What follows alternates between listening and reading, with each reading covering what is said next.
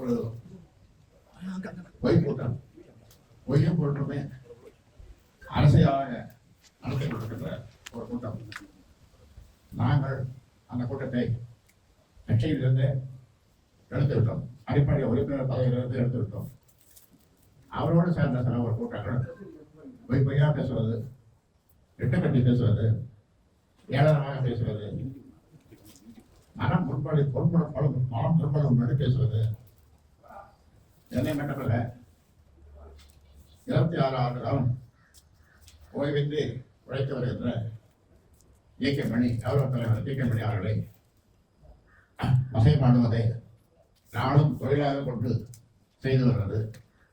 இப்படி அரசியல் அப்படி போன அந்த பொய்யர்கள் கூட்டம் அரசியல் பேசாமல் என்னை அரசியலிருந்து ஒழித்து விட வேண்டும் என்ற காரணத்தோடு எதையே பேசுகிறார்கள்.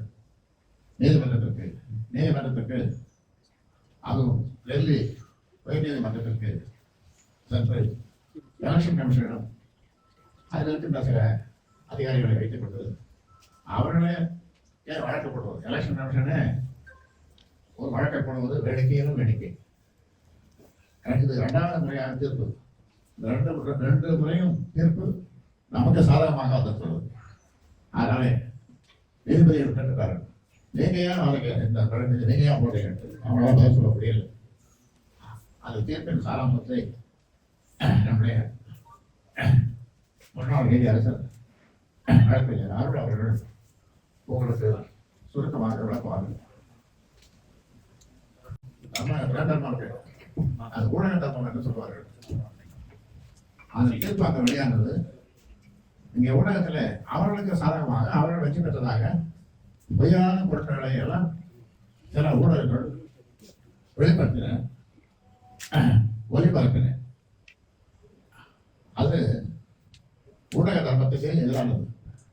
சில மணி நேரத்திற்கு பிறகு அவர்கள் தவறை திருத்திக் கொண்டு ஊடகங்கள் உண்மையை வெளியிட்டார்கள். எப்படி இருப்பார்கள். ஆக இப்படி இனிமேல் செய்யக்கூடாது என்பதை உறுதிப்படுத்திக் கொண்டு செய்ய வேண்டும் ஊடகங்கள் என்று நான் அவர்களை மெத்த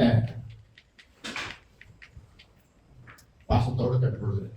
செய்திகளை உடனுக்குடன் தெரிந்து கொள்ள கீழ்கண்ட கேபிள் மற்றும் டிடிஹெச் நெட்வொர்க்குகளில் எம்நாடு செய்தி தொலைக்காட்சியை காணுங்கள்.